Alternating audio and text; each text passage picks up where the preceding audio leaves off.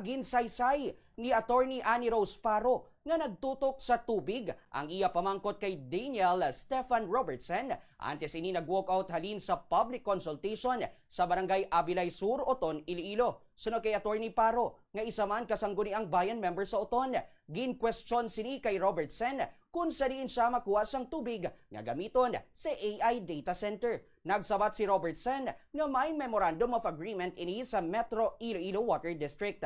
Sang ginsabat naman ni Attorney Paro kung saan makadto ang nagamit na nga tubig o kung used water. Nagsabat ang proponent nga wala sang water waste bangod i-recycle ini. Nagbalos naman si Attorney Paro nga kung i-recycle man, hindi na amo ang volume sang tubig bangod sang evaporation. Buot silingon, kung may evaporation kag may buhi na, kinahanglan ng dugang nga tubig, agud nga ma-maintenar ang system.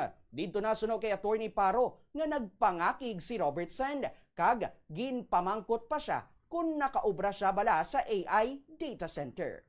Kung i-recycle nila ang water, it is not the same volume of water nga mabalik kay in the process may evaporation gid nga matabo. Ang bako natunanamon nga kung may evaporation mabuhinan gid ang volume of water nga mabalik, sir. So sa diin ikaw makuha. Dito na siya nagpangakig siya nga tanan ko no may man may evaporation man bisan sa balay naton may evaporation daw amo na ang nadumduman ko sa ginsabat niya sa akon. Tapos something ginbalikan niya ko sang question nga why did you work in data center mo na ginambal niya sa akon. Naghambal ko sa iya nga, sir, do you attacking me personally? Kaya nga daw amo na yung sabat.